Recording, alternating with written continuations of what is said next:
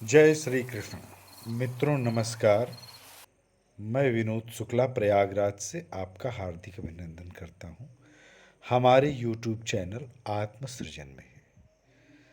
अभी कुछ समय पूर्व मित्रों हमने श्रीमद् भगवद गीता के 18वें अध्याय पर प्रत्येक अध्याय के महात्म्य, फिर उसी अध्याय का संस्कृत में पाठ और फिर उसी अध्याय का हिंदी में रूपांतरण, इस प्रकार एक अध्याय पे 3 वीडियो करके हमने 18 अध्यायों पे कुल 54 वीडियो बनाए और एक प्रस्तावना का वीडियो पहले ही बना था।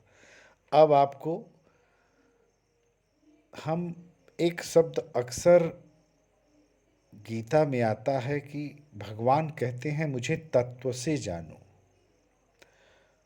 तो एक पुस्तक है भगवत तत्व गीता प्रेस से प्रकाशित है। स्वामी राम सुखदास जी महाराज ने इस पर एक प्रवचन कहीं किया है, उसी पर यह एक छोटी पुस्तक बनाई गई है। भगवत तत्व के विषय में हम इसमें पढ़ेंगे। तो आइए उसी पुस्तक का यह अंश अब हम पठन करते हैं। श्री हरि भगवत तत्व पराकृत नव बंधम पर ब्रह्मम नराकृति सौंदर्य सार सर्वस्वम वंदे नंदात्मजम महा। परमात्मा का वास्तविक तत्व समझने के लिए न तो कोई दृष्टांत ठीक तरह से लागू होता है और न कोई युक्ति ही। परमात्मा का निर्गुण, सगुण, निराकार, साकार आदि रूपों से जो वर्णन किया जाता है उससे उनका वास्तविक स्वरूप तो अलग ही रह जाता है, पूरा वर्णन हो ही नहीं पाता, क्योंकि वाणी, मन, बुद्धि और युक्तियाँ सभी कुछ माइक हैं, प्रकृति के कार्य हैं और जड़ हैं। अतः वे उस चिन्मय परमात्मा को समझाने में असमर्थ हैं। जितने दृष्टांत और युक्तियां बतलाई जाती हैं वे सब परमात्मा के यथार्थ स्वरूप को समझकर मन बुद्धि उनकी ओर लग जाए इसलिए कही जाती हैं। परमात्मा के स्वरूप के वर्णन में तो देवताओं और ऋषियों के भी मन बुद्धि कुंठित हो जाते हैं, फिर वहाँ साधारण मनुष्यों के मन बुद्धि कैसे पहुँच सकते हैं। गीता में कहा है, 10वें अध्याय का दूसरा श्लोक देखिए, न मे विदुः सुरगणाः प्रभवं न महर्षयः अहमार्धिर्देवानां महर्षिणां च सर्वसः। मेरी उत्पत्ति को अर्थात लीला से प्रकट होने को न देवता लोग जानते हैं और न महर्षि जन ही जानते हैं, क्योंकि मैं सब प्रकार से देवताओं का और महर्षियों का भी आदि कारण हूँ। जब देवता और महर्षि गण भी उस तत्व तक नहीं पहुँच पाते तब फिर इस मानवीय बुद्धि से उसे समझना समझाना तो एक बाल चपलता मात्र ही है। यह भगवत तत्व का विषय बहुत ही गूढ़ और रहस्यमय है, इसे अवश्य जानना चाहिए। मनुष्य जन्म इसीलिए मिला है। इस तत्व को जानने से ही जन्म सार्थक होता है तथा इसे जान लेने पर मनुष्य कृत कृत्य हो जाता है। फिर उसे अपने लिए कुछ भी जानना अथवा करना बाकी नहीं रहता। यज्ञात्वा नेह भूयो अन्य जिज्ञातव्यमवशिष्यते। गीता का यह 7वां अध्याय है, इसके दूसरे श्लोक में कहा है कि यह विषय इतना दुर्विज्ञेय होने पर भी भगवान और महापुरुषों की कृपा से सहज ही जाना जा सकता है। उस कृपा की प्राप्ति के लिए कुतर्क छोड़कर उनसे सरलतापूर्वक इस तत्व को समझने की चेष्टा करनी चाहिए तथा उनकी आज्ञा के अनुसार अपने कर्तव्य पालन में तत्पर हो जाना चाहिए। ऐसा करने से ही मनुष्य इस दुर्विज्ञेय तत्व को समझकर अपने देव दुर्लभ मानव जन्म को अनायास ही सफल बना सकता है। अब नीचे एक यंत्र लिखा जाता है, इससे अपनी वृत्तियों को भगवान की ओर लगाकर इस गूढ़ तत्व को कुछ समझा जा सकता है।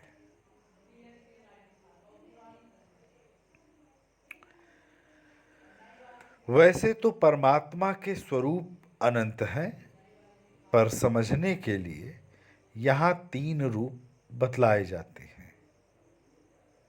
पहला निर्गुण निराकार,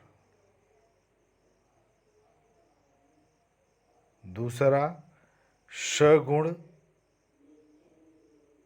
निराकार और तीसरा सगुण साकार। यह चित्र आप देखिए स्क्रीन पर, इसमें बना हुआ है। परमात्मा निर्गुण भी है, सगुण भी है तथा सगुण निर्गुण भी है, और वे इन सब से भिन्न भी है। निर्गुण निराकार तत्व।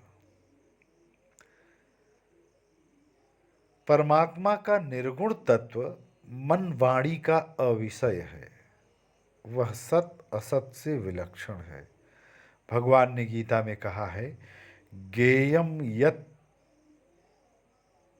प्रवक्ष्यामि यज्ञात्वा मृतमश्नुते अनादिमत् परम ब्रह्म न सत्तन्ना सदुच्यते। जो जानने योग्य है तथा जिसको जानकर मनुष्य परमानंद को प्राप्त होता है, उसको भली भांति कहूँगा। वह आदि रहित ब्रह्म न सत ही कहा जाता है, न असत ही। उस परमात्मा को असीम अपार अनंत बतलाया जाता है, पर उसे असीम और आदि अंत से रहित कहना भी देश काल को स्वीकार करके ही है। किंतु परमात्मा देश काल से परिच्छिन्न नहीं है। वास्तव में वह देश काल वस्तु से सर्वथा अतीत है। वहाँ वाणी नहीं पहुँच सकती, इसलिए इन नामों से कहना देश काल को लेकर केवल संकेत कराना मात्र ही है। उसे निर्गुण निराकार कहा जाता है। वहाँ सत्व रज तम आदि कोई गुण नहीं है, उसकी कोई आकृति नहीं है, न कोई नाम ही है। वह तो इन गुणों से सर्वथा अतीत और नाम रूप से रहित ही है। उसका कोई वर्णन नहीं कर सकता। उसे सच्चिदानंद कहते हैं। यह लक्षण है। ब्रह्म कहते हैं, यह नाम है।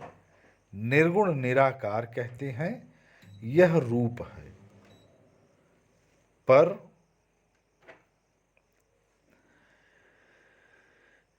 इसका इसी तरह वर्णन किया जाता है। वास्तव में तो निर्गुण निराकार का वर्णन हो ही नहीं सकता। जो कुछ भी वर्णन किया जाता है वह सगुण को लेकर ही किया जाता है। केवल लक्ष्य निर्गुण का रहता है, क्योंकि वर्णन करने की सामग्रियां इंद्रिय, वाणी, मन, बुद्धि आदि सब माइक ही हैं। उस परमात्मा के तत्व को समझने के लिए शास्त्रकारों ने 2 तरह के विशेषण दिए हैं, विधेय और निषेध। विधेय विशेषण उन्हें कहते हैं जो परमात्मा के स्वरूप के साक्षात द्योतक होते हैं, पर वे भी परमात्मा के अनिर्देश्य होने के कारण तटस्थ ही रह जाते हैं। और निषेध विशेषण उन्हें कहते हैं जो परमात्मा में आकार, गुण, विनाश, क्रिया, पदार्थ, देश, काल आदि का अभाव बतलाते हैं। परमात्मा के सच्चित आनंद आदि विधेय विशेषण कहे जाते हैं। और निराकार, निर्गुण, अव्यय, अविनाशी, अक्रिय, अचल, अद्वैत, अप्रमेय, असीम, अपार, अनादि, अनंत आदि विशेषण निषेध कहे जाते हैं। वास्तव में परमात्मा का निर्गुण स्वरूप लक्षण और विशेषणों से रहित ही है। यह कहना भी समझने के लिए ही है, तथापि उस निर्गुण परमात्मा के यथार्थ तत्व को बुद्धि से पकड़ने के लिए ये विशेषण ही काम दे सकते हैं। इनके सिवा बुद्धि को परमात्मा के नज़दीक पहुंचाने के लिए अन्य कोई सहारा नहीं है, इसीलिए इनका वर्णन किया जाता है। जय श्री कृष्ण। कृष्णं वंदे जगद्गुरुम्।